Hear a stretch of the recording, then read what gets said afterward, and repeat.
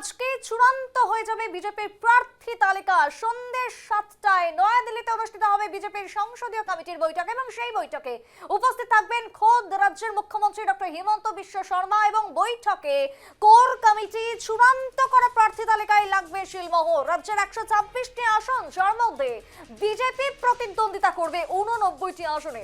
এদিকে মিত্র দল অর্থাৎ এজিপি যারা 26টি আসন যাদেরকে ছাড়া হয়েছে, বিপিএফ যাদেরকে 11টি আসনে ছেড়ে দিয়েছে বিজেপি। আজই চূড়ান্ত তালিকা প্রকাশ সম্ভাবনা রয়েছে। রাত্রি 10টার মধ্যে তালিকা প্রকাশ হয়ে যাবে। নয়াদিল্লিতে অনুষ্ঠিত হবে বৈঠক প্রথমে এবং সংসদীয় কমিটির সেই বৈঠকের পরে যাবতীয় সমস্ত কিছু স্থির হয়ে যাবে বলে খবর এখনো পর্যন্ত। আজকে ঠিক সন্ধ্যে 7টা, যে 7টার দিকে তাকিয়ে রয়েছে গোটা রাজ্য এবং সেই 7টার সময় দিল্লিতে কোর কমিটির বিশেষ বৈঠক। সংসদীয় বৈঠকে স্থির হওয়া প্রার্থী তালিকা নিয়ে হবে চূড়ান্ত পর্যায়ের আলোচনা এবং তারপরে জনগণের সামনে চলে আসবে সেই তালিকা। আর মাত্র কয়েকটা ঘন্টার অপেক্ষা, তারপরে রাজ্যে ভোটের তালিকা, বিধানসভা ভোটে বিজেপির প্রার্থী তালিকা প্রকাশ হতে চলেছে আজকে। এমনটাই সম্ভাবনা এখনো পর্যন্ত প্রায় চূড়ান্ত রয়েছে।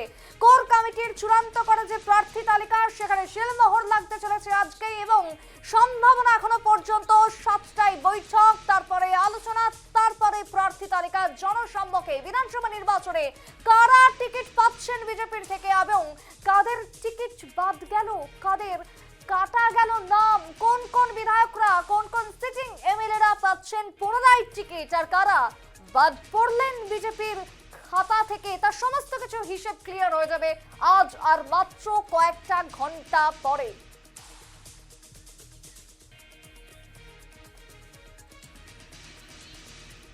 এই মুহূর্তে দাঁড়িয়ে আরো একবার জানিয়ে রাখবো, বিজেপির প্রার্থী তালিকা প্রকাশ হতে চলেছে আজকেই। সম্ভাবনা এখনো পর্যন্ত চূড়ান্ত রয়েছে আর মাত্র কয়েকটা ঘন্টা, তারপরে বিজেপি প্রার্থী তালিকা দেবে এবং সেখানে 89টি আসনে তারা প্রতিদ্বন্দ্বিতা করবেন বলে চূড়ান্ত। আমি সরাসরি যাবো নিউজ রুম থেকে এই মুহূর্তে। আমার সহকর্মী রূপা জুড়ে গেছে। রূপা, ইতিমধ্যেই সম্ভাবনা এখনো পর্যন্ত আজকেই বিজেপি তাদের প্রার্থী তালিকা প্রকাশ করে দেবে। বিধানসভা ভোটে কারা কারা এন্ট্রি পাচ্ছে টিকিটে এবং কারা আউট হচ্ছে। সুপ্রীতি, আর কিছুক্ষণের অপেক্ষা এবং সন্ধ্যে 7টায় একেবারে সংসদীয় কমিটির বৈঠক রয়েছে নয়াদিল্লিতে এবং এরপরই বিজেপির চূড়ান্ত প্রার্থী তালিকা ঘোষণা হবে, অর্থাৎ সিলমোহর পড়ে যাবে এই বৈঠকে। যদিও এই প্রার্থী তালিকা একেবারে সম্পূর্ণ, প্রার্থী তালিকা শুধু চূড়ান্ত হওয়ার অর্থাৎ সিলমোহর পড়ার বাকি রয়েছে। তোমাকে জানিয়ে রাখি সুপ্রীতি, যে খবর এই মুহূর্তে উঠে আসছে, আমরা জানি যে বিধানসভা নির্বাচন একেবারে 9 এপ্রিল হতে চলেছে এবং তার আগে আমরা দেখেছি বিরোধীরা কিন্তু ইতিমধ্যে প্রার্থী তালিকা প্রকাশ করে ফেলেছে। আমরা যদি দেখি কংগ্রেসের তরফ থেকে দুবার অর্থাৎ দ্বিতীয় প্রার্থী তালিকা আমরা দেখেছি, দুবার প্রার্থী তালিকা প্রকাশ করেছে, এআইইউডিএফও করেছে দুবার করে। এবং আমরা যদি দেখি যে রাইজোর দলও কিন্তু প্রার্থী তালিকা প্রকাশ করে ফেলেছে। অর্থাৎ কিছু কিছু কেন্দ্রে কিন্তু হাড্ডাহাড্ডি লড়াই হতে চলেছে অসমে এবার। এবং তার পাশাপাশি তোমাকে জানিয়ে রাখি, যেহেতু আর কিছুক্ষণের অপেক্ষা বিজেপির প্রার্থী তালিকা ঘোষণা হতে চলেছে, সে জায়গায় দাঁড়িয়ে কার ভাগ্যের শিখে একেবারে উঠবে এবং কোন কোন বিধায়কের নাম বাদ যাচ্ছে, এই নিয়ে কিন্তু বিভিন্ন কেন্দ্রের বিধায়কের একেবারে টেনশনে রয়েছেন। কারণ মুখ্যমন্ত্রী বলে দিয়েছেন, তিনি আগেই ঘোষণা করে দিয়েছেন যে এবারে কিন্তু যেসব বিধায়কের জয় হওয়ার সম্ভাবনা রয়েছে তারাই কিন্তু এবারে অসমের বিধানসভা নির্বাচনে টিকিট পাচ্ছে। এবং পাশাপাশি তিনি এও বলেছেন যে যুব প্রজন্ম এবং মহিলাদেরকে কিন্তু অগ্রাধিকার দেওয়া হবে এবারের বিধানসভা নির্বাচনে। সে জায়গায় দাঁড়িয়ে আমাদের হাতেও একটি সম্ভাব্য প্রার্থী তালিকা এসে পৌঁছে গেছে, যদিও চূড়ান্ত হওয়ার বাকি রয়েছে। আমি একটু পিসিআরকে বলবো, হ্যাঁ ঠিকই, সেই প্রার্থী তালিকা ইতিমধ্যে তুলে ধরা হচ্ছে গ্রাফিক্সের মাধ্যমে। আমি পড়ে শুনিয়ে দিচ্ছি।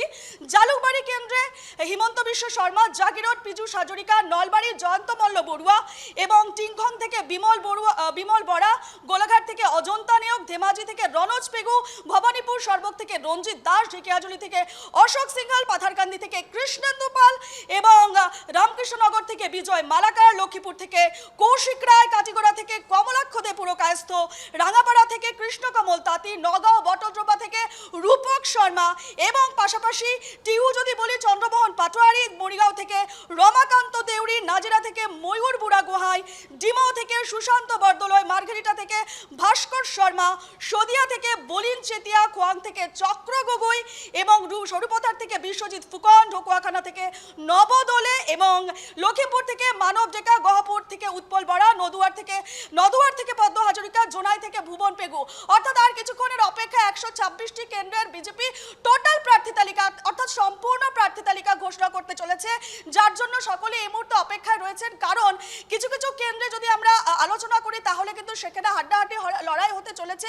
আমরা খোয়াং যদি বলি, বিন্নাকান্দি যদি বলি, এই সমস্ত কেন্দ্রে কিন্তু কংগ্রেসের বিন্নাকান্দি যদি বলি এবং এই ধরনের বহু কেন্দ্র আছে যেগুলো কেন্দ্র কিন্তু কংগ্রেসের দখলে ছিল এবং সে জায়গায় দাঁড়িয়ে এবার যেহেতু মিত্র দল হয়েছে জাতীয় পরিষদের সঙ্গে, অসম জাতীয় পরিষদের সঙ্গে কংগ্রেসের, সে জায়গায় দাঁড়িয়ে বিজেপি কিন্তু এর মুনাফা পেতে চলেছে। সুপ্রীতি, তোমাকে আরো একবার জানিয়ে রাখি, বিজেপির ক্ষেত্রে কিন্তু এটা একটা প্লাস পয়েন্ট হয়ে গেল, বেনিফিট হয়ে গেল। এই যে প্রার্থীর নাম তুমি যেমনটা তুলে ধরছিলে যে এখনো পর্যন্ত যে সম্ভাবনা তোমার হাতে রয়েছে তাতে করে অনেকেই পাচ্ছেন টিকিট, আবার অনেকের নাম বাদ যাচ্ছে। তবে এবার এই যে প্রার্থী নির্বাচন করা হয়েছে বিজেপি এবারে 2024 ঠিক কিসের উপর ভিত্তি করে প্রার্থী নির্বাচন করেছেন?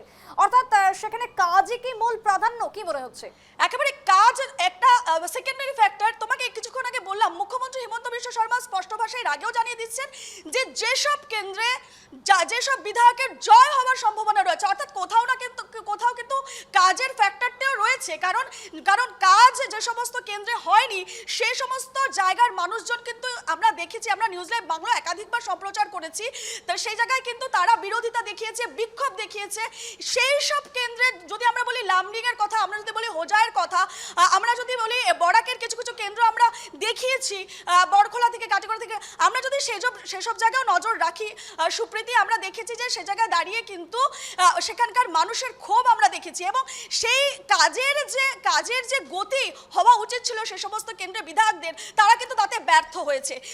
সেই ফ্যাক্টরগুলি যদি একেবারে গুরুত্ব দিয়ে যদি প্রার্থী তালিকা বানানো হয়েছে তাহলে কিন্তু এই ধরনের যে হোজাই হোক, লামডিং হোক, সেগুলো কিন্তু এক চাপের মুখে পড়তে চলেছে এবং সে সমস্ত বিধায়কের টিকিট পাওয়াও কিন্তু একটা সন্ধিহান ইতিমধ্যে দেখা দিয়েছে। অর্থাৎ কোথাও না কোথাও গিয়ে একদিকে কাজের ফলাফলের রিপোর্ট, পাশাপাশি যেহেতু যুবক এবং মহিলাদেরকে এবারে বিশেষভাবে প্রাধান্য দেওয়া হচ্ছে এবং যারা জয় হবে বলে বিজেপি ভাবছে, অর্থাৎ রাজ্য সরকার ভাবছে, তাদেরকেই কিন্তু এবারে কিন্তু প্রাধান্য দেওয়া হবে। তুমি যদি তালিকাতে খেয়াল করো তাহলে কিন্তু আমরা দেখতে পাচ্ছি জালুকবাড়ি কেন্দ্র, জাগিরোড, নলবাড়ি, টিংখং। আমরা যদি জালুকবাড়ি কেন্দ্রের কথাই বলি, হিমন্ত বিশ্ব শর্মা 2016-2021 সালে তিনি বিপুল ভোটে জয়ী হয়েছেন এবং তোমাকে আরো একটি বিষয় জানিয়ে রাখি, আগামী পরশুদিন মনোনয়নপত্র দাখিল করতে চলেছেন, এমনটা কিন্তু হিমন্ত বিশ্ব শর্মা অর্থাৎ মুখ্যমন্ত্রী জানিয়ে দিয়েছেন। সে জায়গায় দাঁড়িয়ে সেই দিন কিন্তু আগামী পরশুদিন কিন্তু আমরা দেখতে পাবো বিশাল র্যালি, সেখানে কিন্তু 30 থেকে 50 হাজার লোকের সমাগমও আমরা দেখতে পাবো। এর আগে আমরা দেখতে পেয়েছি এবং জালুকবাড়ি কেন্দ্র কিন্তু একটা বড় ফ্যাক্টর, মুখ্যমন্ত্রীর গড় এবং সেখানে কিন্তু মুখ্যমন্ত্রীর তিনি পরপর সেখানে জয়ী হয়েছেন, 2016 হোক 2021 হোক। অর্থাৎ আগামী পরশুদিন কিন্তু একটা বড় র্যালি রয়েছে মহানগরের বুকে, সেদিকেও কিন্তু আমাদের নজর থাকছে এবং যেহেতু আর কয়েকটা মুহূর্তের অপেক্ষা বিজেপির প্রার্থী তালিকা ঘোষণা হবে, সম্ভাব্য তালিকা আমরা তুলে ধরলাম, সেটা কিন্তু কোথাও না কোথাও কিন্তু একটা একেবারে প্রকাশ হতেই চলেছে। আর কিছুক্ষণের অপেক্ষা, আমরা মিলিয়ে দেখব আমাদের এই সম্ভাব্য প্রার্থী তালিকা এবং বিজেপির যে চূড়ান্ত প্রার্থী তালিকা, তার মধ্যে আমাদের খুবই বিশ্বাস আমরা রাখছি যে দুটো তালিকার মধ্যেই কিন্তু সামঞ্জস্য থাকবে। বেশ, ধন্যবাদ তোমায়। প্রার্থী তালিকাকে কেন্দ্র করে আর মাত্র কয়েকটা মুহূর্তের অপেক্ষা। ইতিমধ্যেই যে সম্ভাবনার নামগুলো উঠে আসছে তার মধ্যে অনেকেই যারা সিটিং এমএলএ রয়েছেন তারা টিকিট পাচ্ছেন পুনরায়, তবে অন্যদিকে অনেকেই যারা উন্নয়নের কোনো সামনে আসেননি, নিজেদের উন্নয়নে ব্যস্ত ছিলেন, সেই সমস্ত ক্ষেত্রে অনেকের নামই বাদ যেতে পারে, এমনটাই সম্ভাবনা এখনো পর্যন্ত চূড়ান্ত। তবে প্রার্থী তালিকা আজকের মধ্যেই ঘোষণা হয়ে যাবে এমনটা সম্ভাবনা এখনো পর্যন্ত রয়েছে এবং যেখানে বিজেপি প্রতিদ্বন্দ্বিতা করতে চলেছে 126টি আসনের মধ্যে 89টি আসনে, বাকি দল বা বাকি মিত্র দলকে ছাড়া হচ্ছে বাকি আসন এবং আজকেই দিল্লিতে বৈঠকের পরে সেই তালিকা সামনে আসতে চলেছে বলে এখনো পর্যন্ত সম্ভাবনা।